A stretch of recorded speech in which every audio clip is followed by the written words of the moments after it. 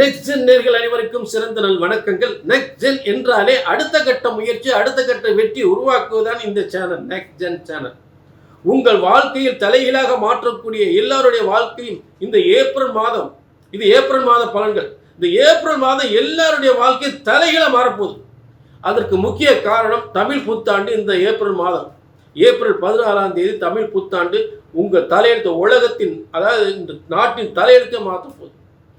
உங்களுக்கு சிறந்த யோகத்தை கொடுக்க போகுது. அடுத்து மிகப்பெரிய முன்னேற்றம் என்பது பார்த்தோம்னா, இந்த ஏப்ரல் 23 ஏற்படக்கூடிய தேர்தல். மேலும் இந்த ஏப்ரல் மாதம் பிறக்கக்கூடிய நாள் பார்த்தீங்கன்னா பௌர்ணமியில் பிறக்குது. பங்குனி 18 இந்த ஏப்ரல் 1ஆம் தேதி பிறக்குது. அதாவது பங்குனி 18 ஏப்ரல் பிறக்குது. அதாவது அன்னைக்கு பார்த்தீங்கன்னா பௌர்ணமி யோகமாக இருக்குது. நான் காலண்டர் பார்ப்பாங்க, என்னங்க அன்னைக்கு சதுர்தசி போட்டிருக்குப்பாங்க. சதுர்தசி வந்துட்டாலே பௌர்ணமின்னு அர்த்தம்.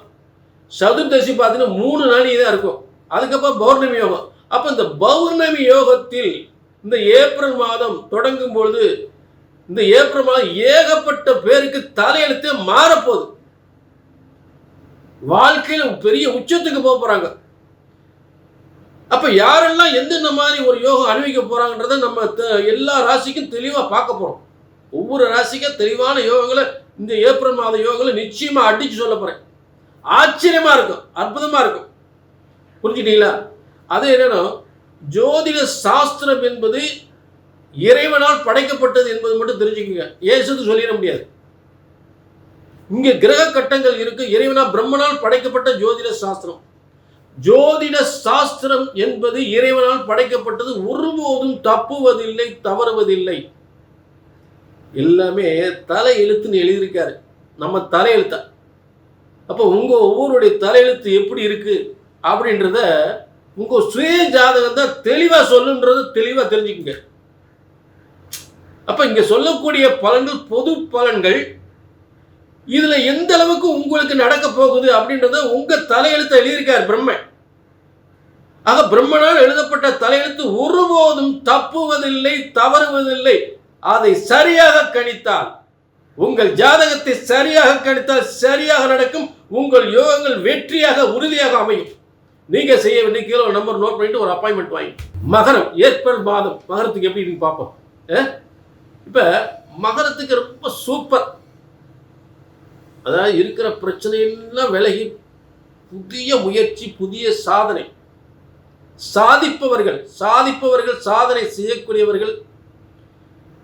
அதாவது பொது பப்ளிக்ல அதிகமாக ஒரு பேர் எடுக்கிறவங்க இந்த கடகம், விருச்சகம், மகரம், இதெல்லாம்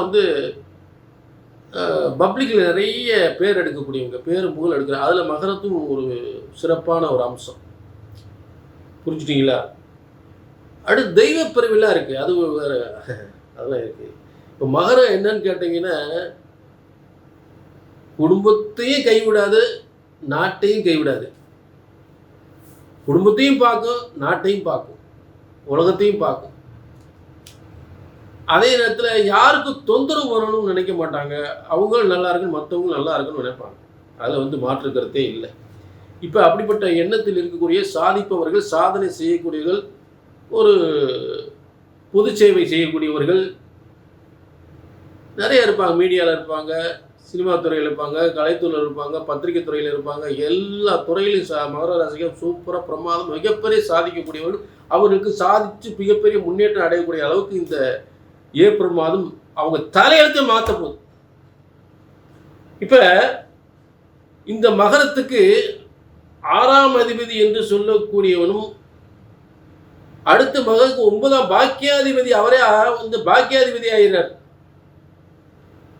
அவரே பாக்கியாதிபதி ஆகிறார். அப்ப 6ஆம் இடத்துல, 6ஆம் இடம் அதிகாரத்துவம். அப்ப 9ஆம் இடம், அதுல உயர்ந்த அந்தஸ்து, உயர்ந்த பதவி, உயர்ந்த அந்தஸ்து. ஒரு மனுஷனை உயர்ந்த இடத்துக்கு கொண்டு செல்லக்கூடியது இந்த 9ஆம் இடம். அவரும் போய் எங்க உட்காந்துறாரு? 3ஆம் இடம். இந்த 3, 9 கரெக்ட் ஆகும்போது, ஒரு மனுஷனை 3, 9 கரெக்ட் ஆச்சுன்னா, ஒரு மனுஷனை எவ்வளவு பெரிய ஸ்கீல் இருந்தாலும் அந்த மனுஷனை மிகப்பெரிய முன்னேற்றத்தை ஏற்படுத்து. 3, 9 கரெக்ட் ஆகுது. புரிஞ்சுட்டீங்களா? அப்படிப்பட்ட 3ஆம் இடத்துல இந்த சனி பகவான் இருந்து 9ஆம் இடத்தை பார்ப்பதும், அந்த 9ஆம் இடத்து அதிபதி சனியோடு சேர்ந்து இருப்பதும், அதே நேரத்தில் இந்த மகரத்துக்கு இந்த 4ஆம் அதிபதி பூமி இடம் வாகன யோகம், அவரும் எங்கே உட்காந்துருக்காரு? 3ஆம் இடத்துல உட்காந்துருக்காரு. அப்போ ஒரு இடத்த விற்கலாம், ஒரு இடம் வாங்கலாம். புரிஞ்சுட்டீங்களா? ஒரு இடத்த விற்க வேண்டிய சூழ்நிலை வரும், ஒரு இடத்த வாங்க வேண்டிய சூழ்நிலை வரும். இது இப்போ நாள் விற்காமல் இருக்க இடம், அதை விற்றுருவாங்க. அதை விட இப்போ நல்ல சொத்து வாங்கிடுவாங்க. ஒன்றில் கீழ்நிலை பதவியில் இருப்பாங்க, பெரிய பதவிக்கு போயிடுவாங்க. இப்போ மகர ராசிக்கு இப்போ இருக்கிற நிலையிலிருந்து அடுத்த கட்டம் மிகப்பெரிய அடுத்த கட்ட முயற்சி, அடுத்த கட்ட வெற்றி, மிகப்பெரிய சாதனை, மிகப்பெரிய முன்னேற்றம் தரக்கூடிய இந்த கிரக அமைப்புகள் செவ்வாய், புதன், சனி, இந்த 3ஆம் இடம் முயற்சிகள் அனைத்து வெற்றி பெறக்கூடிய ஸ்தானம். அடுத்து இதை விட மிகப்பெரிய அதிர்ஷ்டம் ஒன்று இருக்கு. மகரத்துக்கு 10ஆம் அதிபதி சுக்கிரன். மகரத்துக்கு 10ஆம் அதிபதி சுக்கிரனாகப்பட்டவன் அதிர்ஷ்டம் என்று சொல்லக்கூடிய, பேரதிர்ஷ்டம் என்று சொல்லக்கூடிய அந்தஸ்து, கௌரவம், புகழ், செல்வம், பதவி என்று அனைத்து பேர், புகழ், அந்தஸ்து, கௌரவம் என்று சொல்லக்கூடிய அனைத்தும் தரக்கூடிய ஒரு ஏப்ரல் 20க்கு அப்புறம் சுக்கிரன் 5ஆம் இடத்துல ஆட்சி பெறுகிறார். பிரமாதமா ஏப்ரல் 20க்கு அப்புறம் மகரத்துக்கு டாப்ல இருப்பாங்க. சூப்பரா இருக்கும், பிரமாதமா இருக்கும், ஹைலைட், சூப்பர், மிகப்பெரிய சாதிக்கக்கூடியவர்கள். புரிஞ்சுட்டீங்களா? மகரத்தின் வெற்றி உறுதி, மகரத்தின் வெற்றி உறுதி. இதில் மாற்று கருத்தே கிடையாது. இதில் ஏதாவது சந்தேகம் இருந்தால் உங்கள் தனிப்பட்ட ஜாதகத்தை பார்க்கணும்னா கீழே நம்பருக்கு நோட் பண்ணிக்க, ஒரு அப்பாயின்மெண்ட் வாங்கிக்கலாம். புரிஞ்சுட்டீங்களா? அதாவது நல்லா கவனிங்க. சில சந்தைகள் வாழ்க்கையில் சாதிக்கக்கூடிய கிரக அமைப்புகள் எல்லா காலத்திலும் ஏற்படாது. இந்த காலத்தில் அப்படிப்பட்ட அமைப்புகள் ஏற்படுது. அது கண்டிப்பாக அவங்க வாழ்க்கையில் மிகப்பெரிய மாற்றத்தை ஏற்படுத்தும். அதில் மாற்று கருத்தே இல்லை. சந்தேகம் கீழே நம்பர் நோட் பண்ணிக்க, ஒரு அப்பாயின்மெண்ட் வாங்கி. சரிங்களா?